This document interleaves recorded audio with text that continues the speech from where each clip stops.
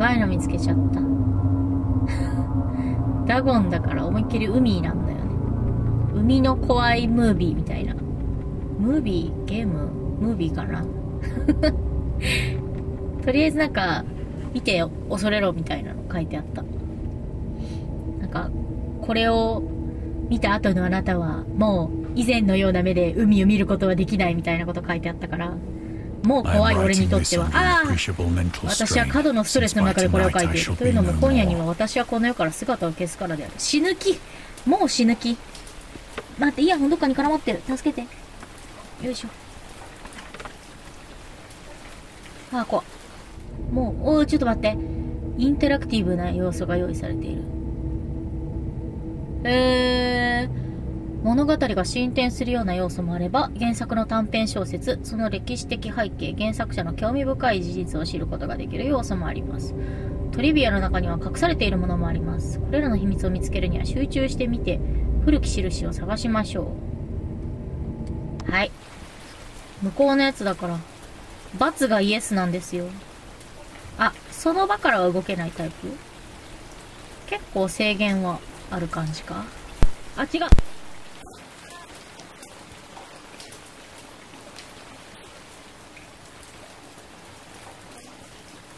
Penniless, and at the end of my supply of the drug which alone makes life endurable, I can bear the torture no longer, and shall cast myself from this garret window into the squalid street below.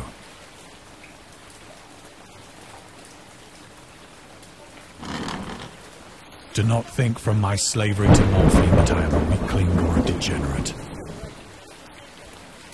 When you have read these hastily scrawled pages, you may guess, though never fully realize, why it is that I must have forgetfulness or death.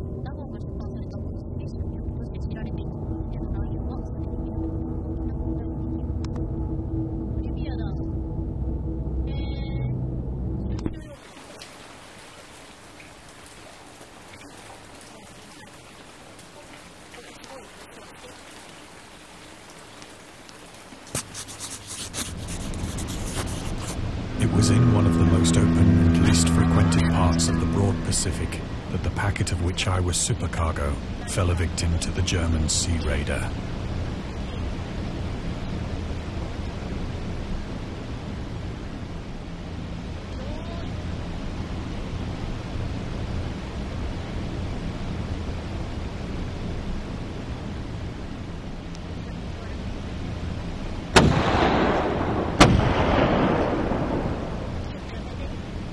The Great War was then at its very beginning, and the ocean forces of the Hun had not completely sunk to their later degradation.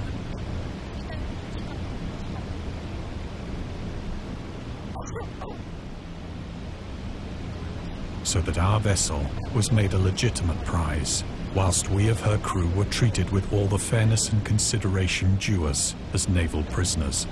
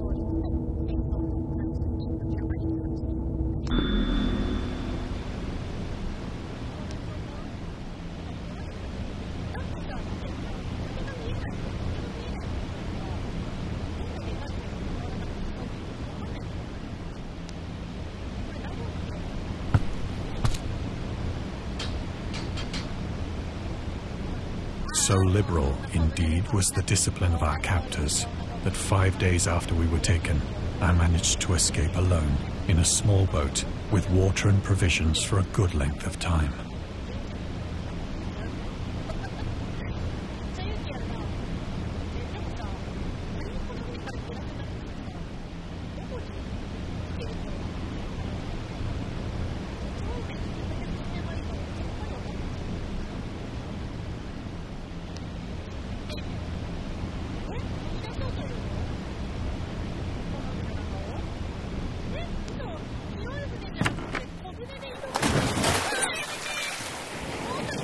When I finally found myself adrift and free, I had but little idea of my surroundings.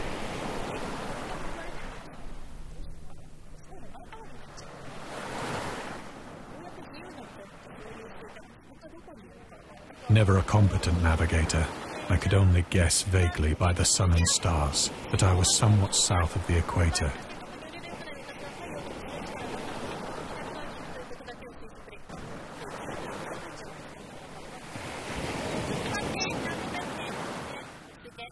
Of the longitude, I knew nothing, and no island or coastline was in sight.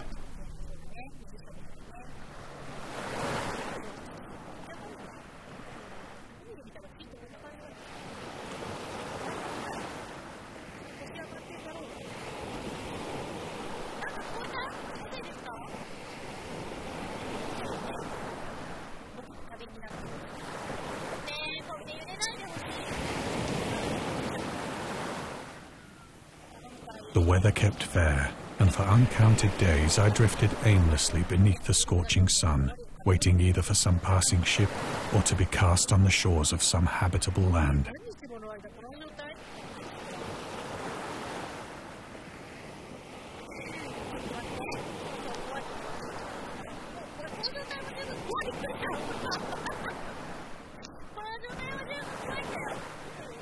But neither ship nor land appeared, and I began to despair in my solitude upon the heaving vastness of unbroken blue.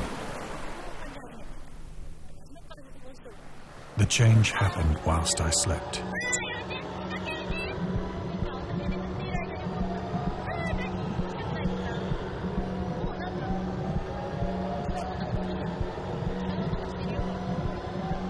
Its details I shall never know. For my slumber, though troubled and dream-infested, was continuous.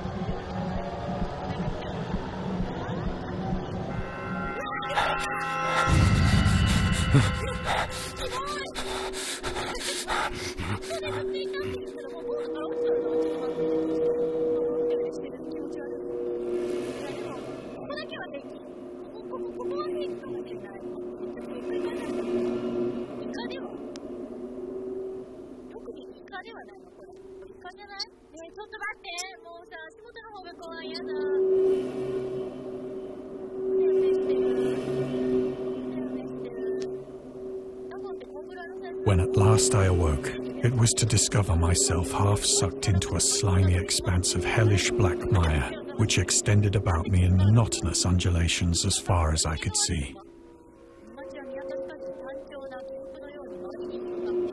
And in which my boat lay grounded some distance away.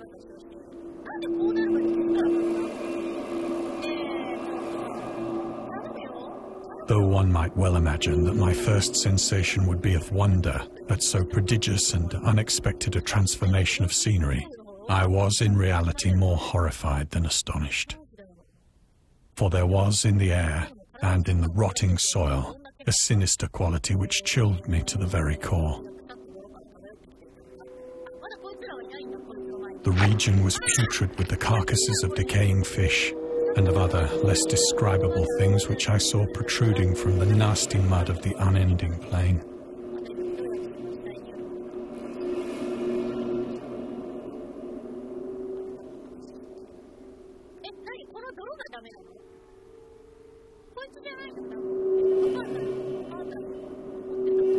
Perhaps I should not hope to convey in mere words the unutterable hideousness that can dwell in absolute silence and barren immensity.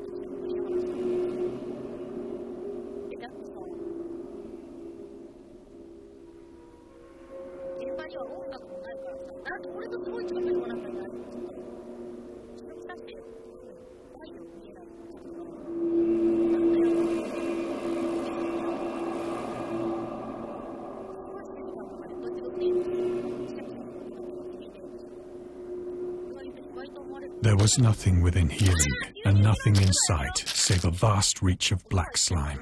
Yet the very completeness of the stillness and the homogeneity of the landscape oppressed me with a nauseating fear.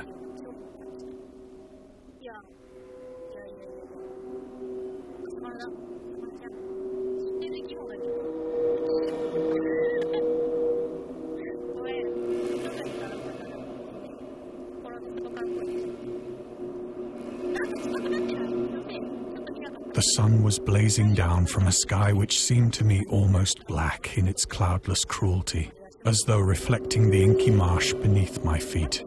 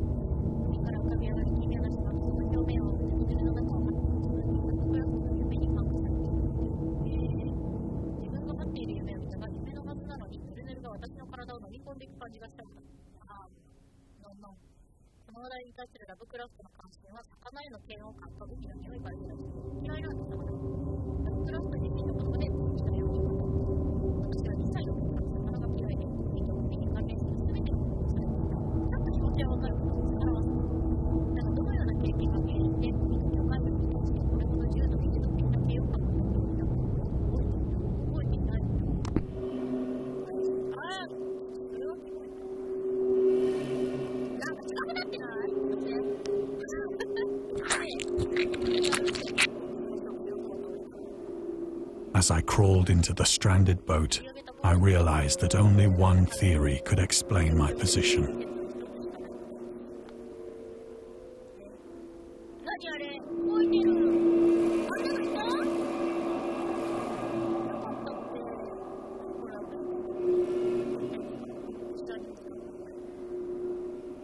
Through some unprecedented volcanic upheaval, a portion of the ocean floor must have been thrown to the surface, exposing regions for which innumerable millions of years had lain hidden under unfathomable watery depths.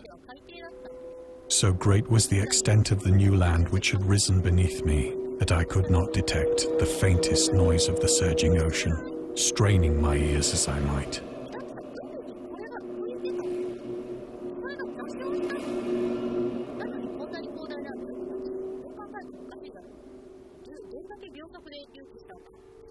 Nor were there any seafowl to prey upon the dead things.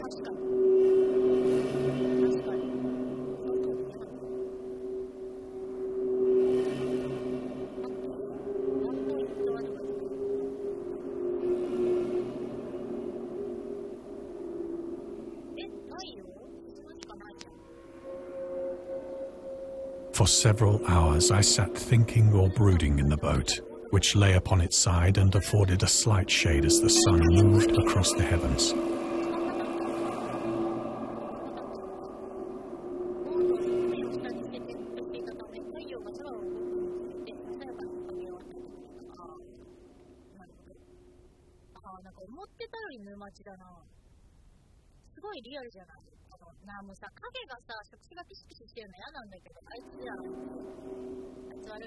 As the day progressed, the ground lost some of its stickiness and seemed likely to dry sufficiently for traveling purposes in a short time. That night I slept but little, and the next day I made for myself a pack containing food and water, preparatory to an overland journey in search of the vanished sea and possible rescue.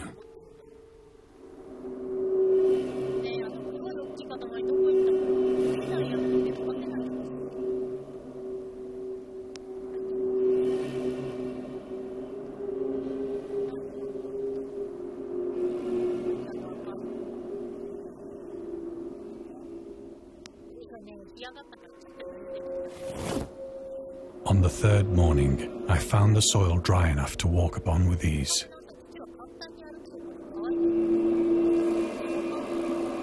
The odor of the fish was maddening, but I was too much concerned with graver things to mind so slight an evil, and set out boldly for an unknown goal.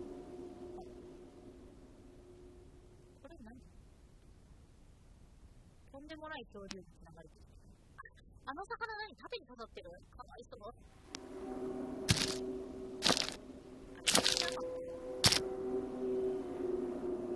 All day I forged steadily westward, guided by a faraway hummock which rose higher than any other elevation on the rolling desert.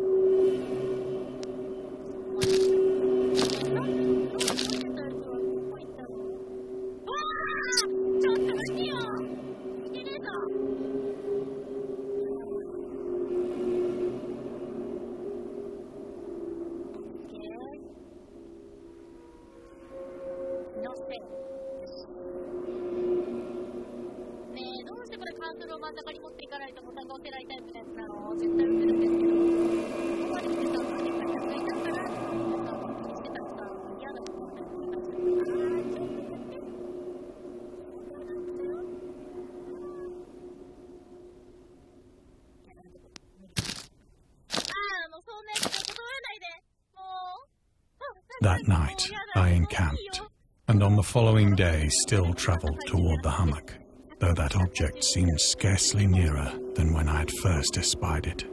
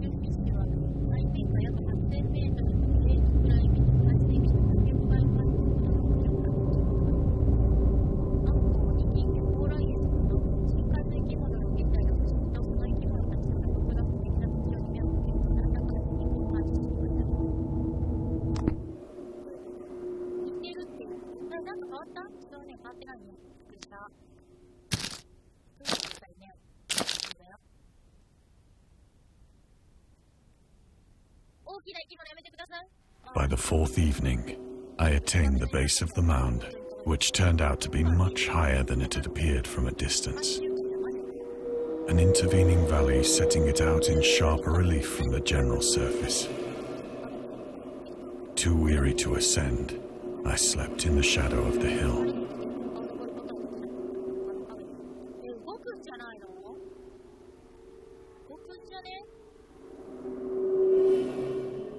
I know not why my dreams were so wild that night.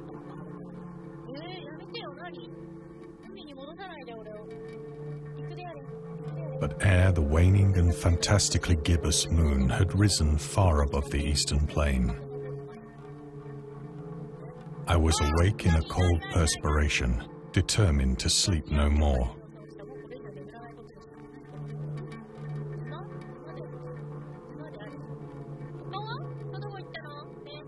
Such visions as I had experienced were too much for me to endure again, and in the glow of the moon I saw how unwise I had been to travel by day. Without the glare of the parching sun, my journey would have cost me less energy. Indeed, I now felt quite able to perform the ascent which had deterred me at sunset. Picking up my pack, I started for the crest of the eminence.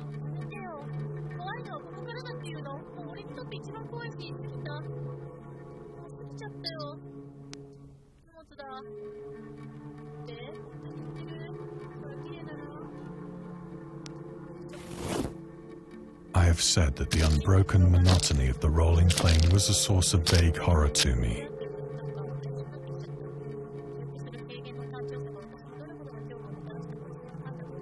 But I think my horror was greater when I gained the summit of the mound and looked down the other side into an immeasurable pit or canyon,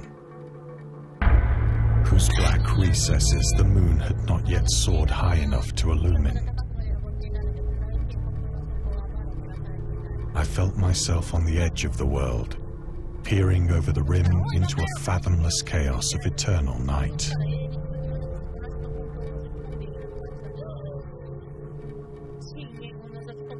Through my terror ran curious reminiscences of Satan's hideous climb through the unfashioned realms of darkness.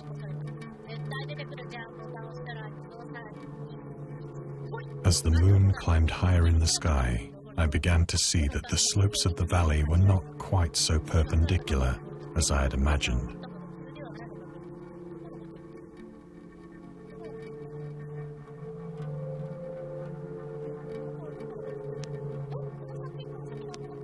Ledges and outcroppings of rock afforded fairly easy footholds for a descent, whilst after a drop of only a few hundred feet, the declivity became very gradual.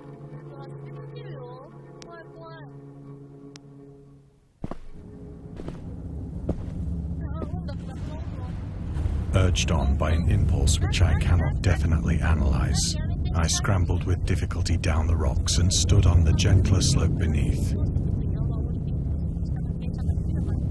gazing into the Stygian deeps, where no light had yet penetrated. All at once, my attention was captured by a vast and singular object on the opposite slope, which rose steeply about 100 yards ahead of me. An object that gleamed whitely in the newly bestowed rays of the ascending moon.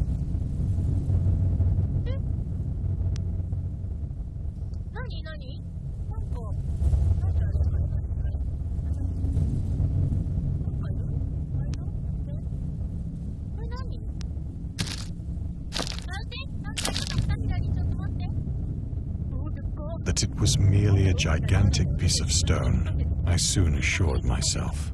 But I was conscious of a distinct impression that its contour and position were not altogether the work of nature. A closer scrutiny filled me with sensations I cannot express.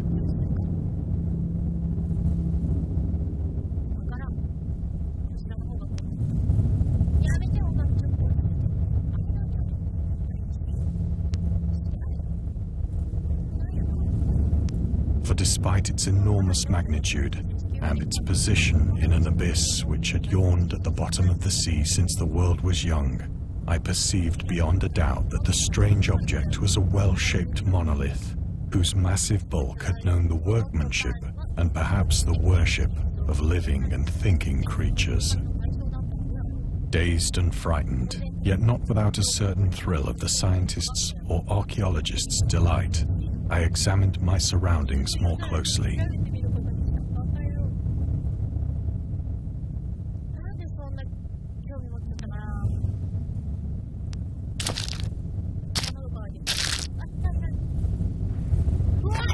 The moon, now near the zenith, shone weirdly and vividly above the towering steeps that hemmed in the chasm.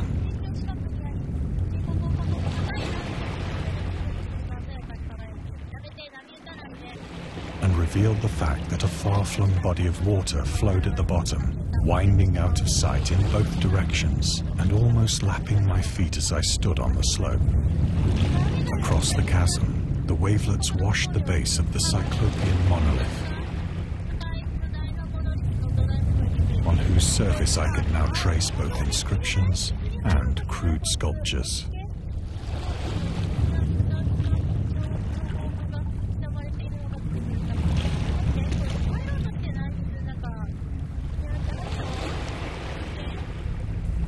The writing was in a system of hieroglyphics unknown to me and unlike anything I'd ever seen in books.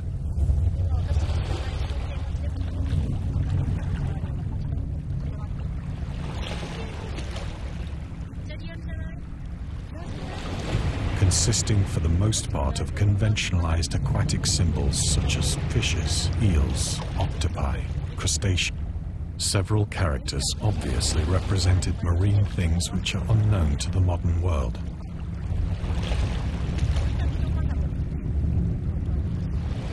But whose decomposing forms I had observed on the ocean-risen plain. It was the pictorial carving, however, that did most to hold me spellbound.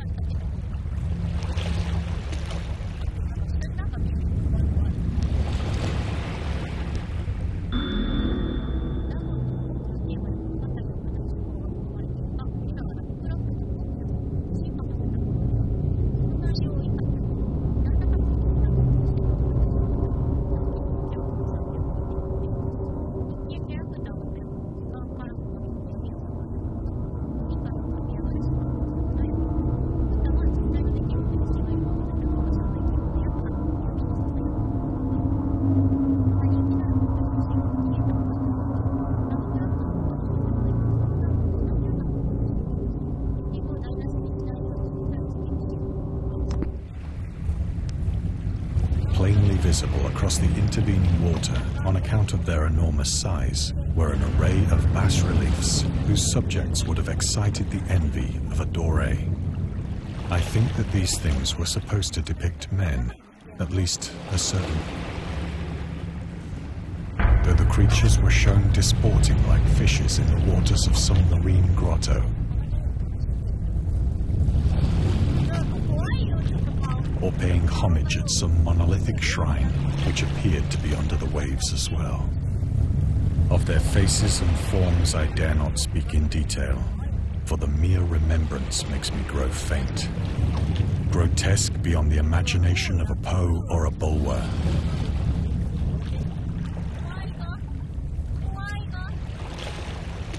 They were damnably human in general outline, despite webbed hands and feet, shockingly wide and flabby, glassy, bulging eyes, and other features less pleasant to recall. Curiously enough, they seemed to have been chiseled badly out of proportion, for one of the creatures was shown in the act of killing a whale, represented as but little larger than himself.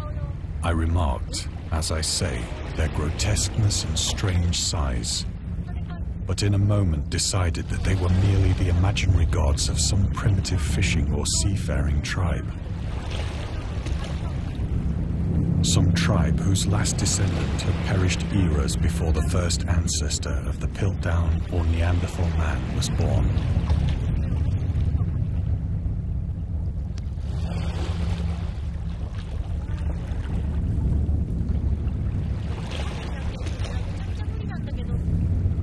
Awestruck at this unexpected glimpse into a past beyond the conception of the most daring anthropologist, I stood musing whilst the moon cast queer reflections on the silent channel before me. Then, suddenly, I saw it.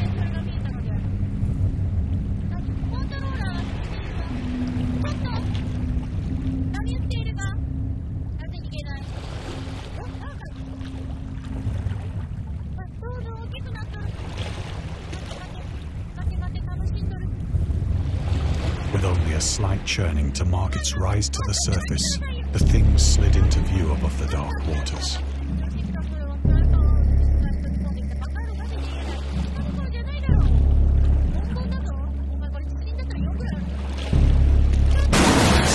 Polyphemus-like and loathsome, it darted like a stupendous monster of nightmares to the mind, about which it flung its gigantic scaly arms, while it bowed its hideous head and gave vent to certain measured sounds.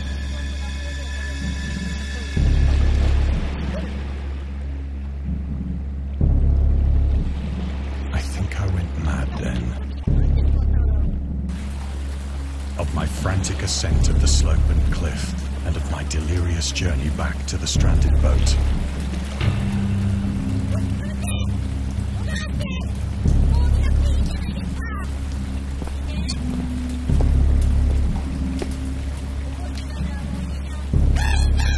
I sang a great deal and laughed oddly when I was unable to sing.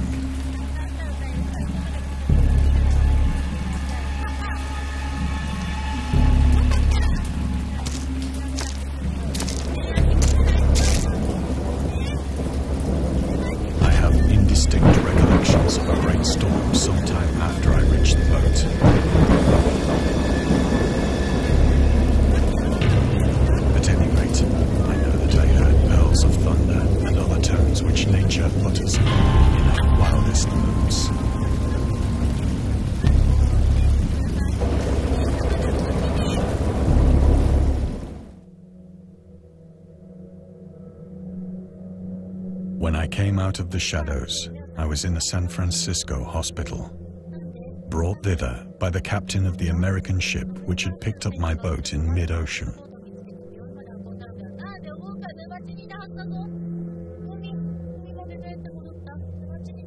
In my delirium, I had said much, but found that my words had been given scant attention.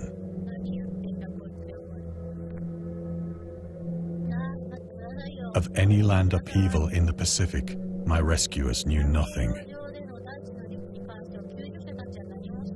Nor did I deem it necessary to insist upon a thing which I knew.10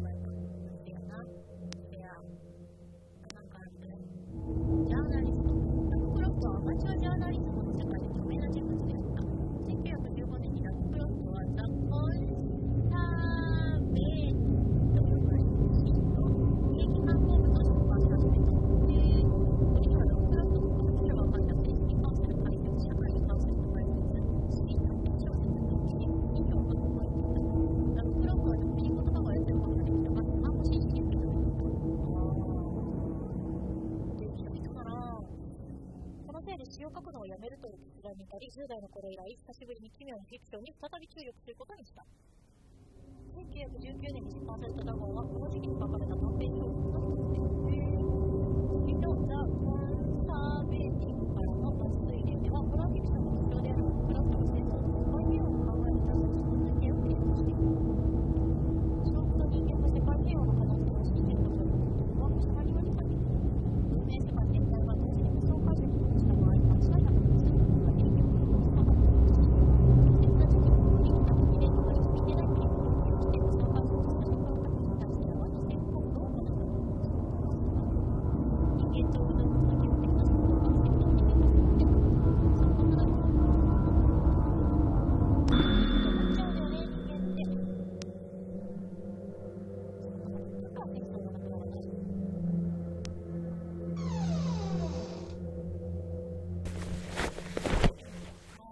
Once I sought out a celebrated ethnologist and amused him with peculiar questions regarding the ancient Philistine legend of Dagon, the fish god.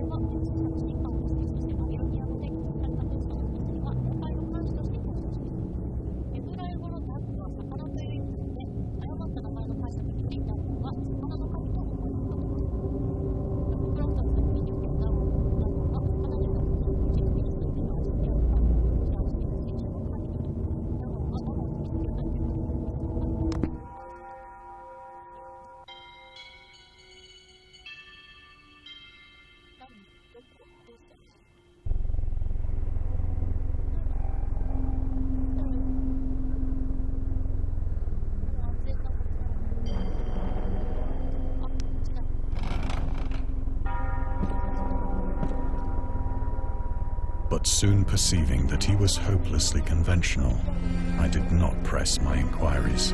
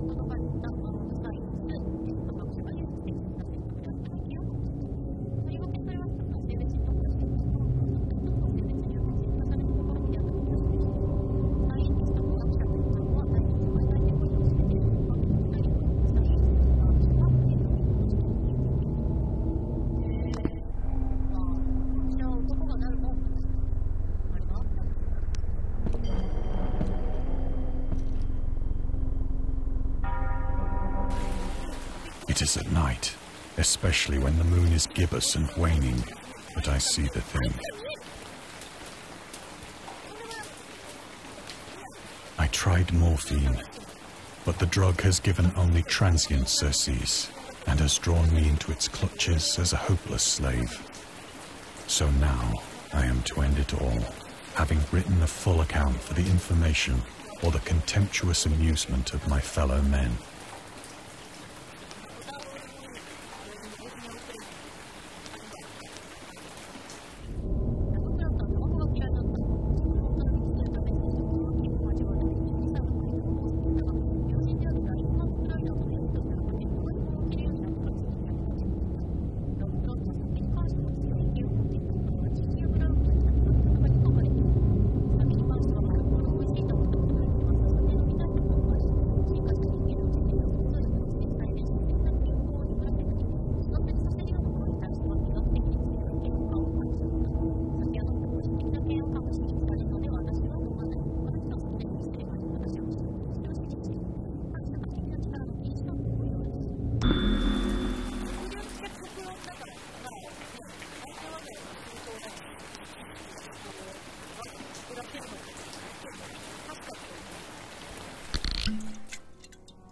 Often, I ask myself if it could not all have been a pure phantasm, a mere freak of fever as I lay sun-stricken and raving in the open boat after my escape from the German man of war.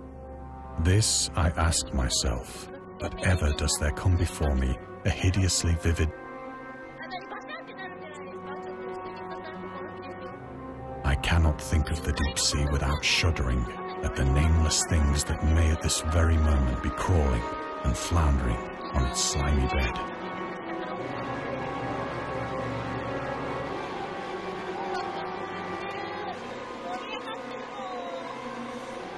Worshipping their ancient stone idols and carving their own detestable likenesses on submarine obelisks of water-soaked granite.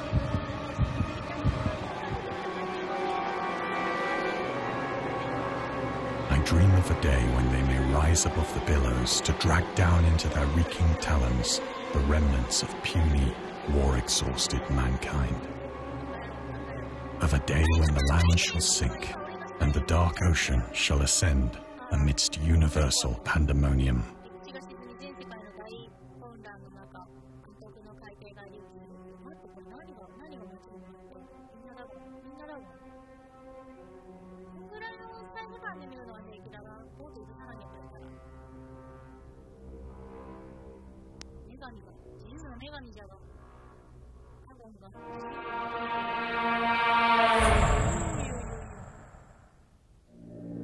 The end is near.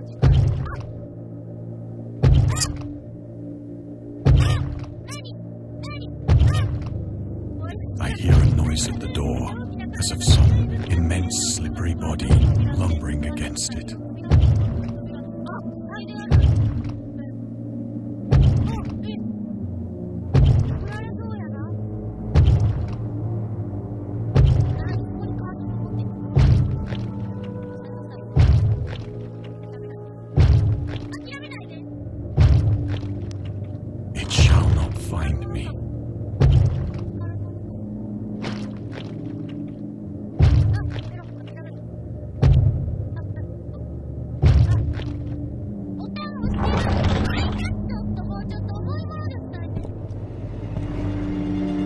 God, that hand!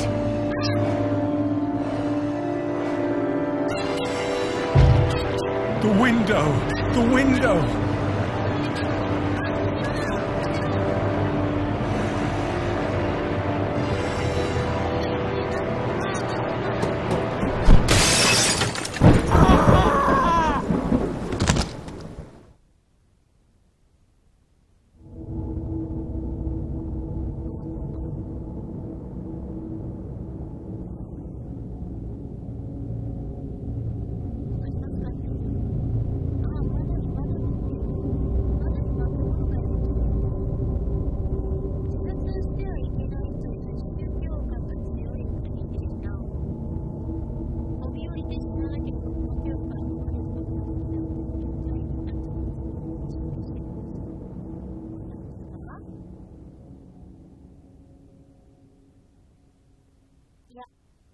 一番怖かった。海が一番怖かったよ。海とクジラが一番怖かったよ。海だよ。